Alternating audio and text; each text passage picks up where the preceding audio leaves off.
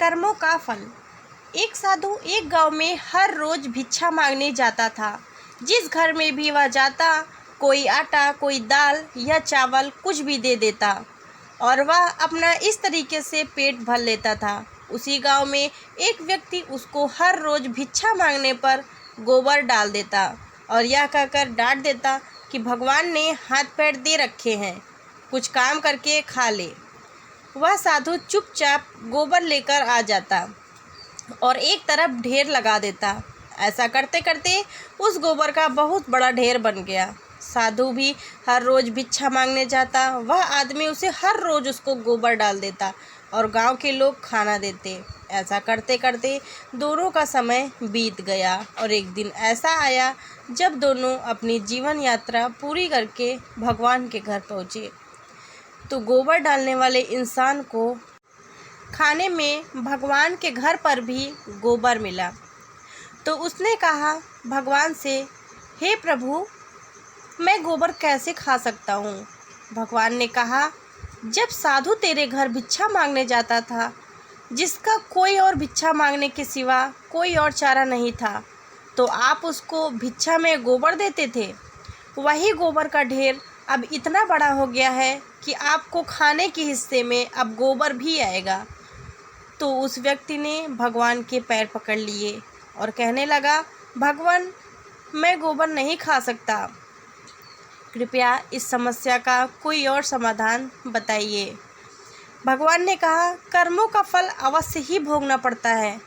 अब तो इंसान प्रभु के आगे रोए गिड़गिड़ाए, कृपया करके इस समस्या का कोई समाधान हो तो ज़रूर बताइए। भगवान बोले, इस सारे गोबर को आप हर रोज़ एक कपड़े में डालकर पानी के साथ धोते रहो। इस प्रकार आपके कर्म कट जाएंगे। ऐसा करने पर उसको गोबर धोने में कम से कम 1 साल लग गया।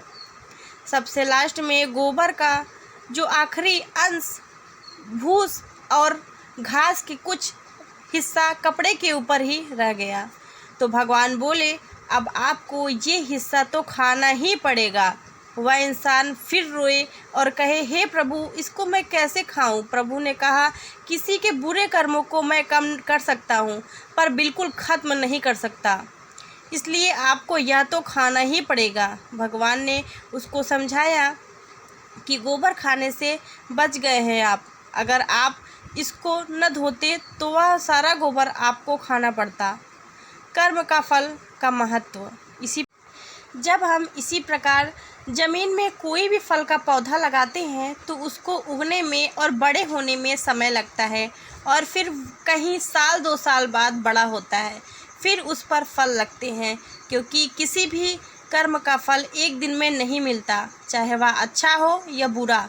यह अब आपको अपने ऊपर निर्भर करता है कि आप कर्म कौन सा कर रहे हैं।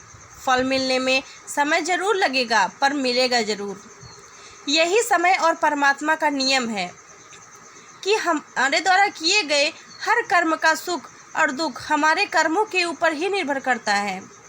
हमें सुख और दुख अपने द्वारा किए गए कर्मों के हिसाब किताब चुकाना पड़ता है।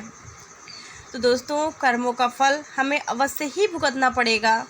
इसलिए जब हम किसी को दान देते हैं ना, तो सोच समझकर ज़रूर दें, क्योंकि एक दिन हमें वह डबल होकर मिलेगा। इसी प्रकार हर काम को करते समय भी ध्यान रहे कि हम कौन सा काम कर रहे हैं, सही या गलत, कौन सा गलत हो रहा है।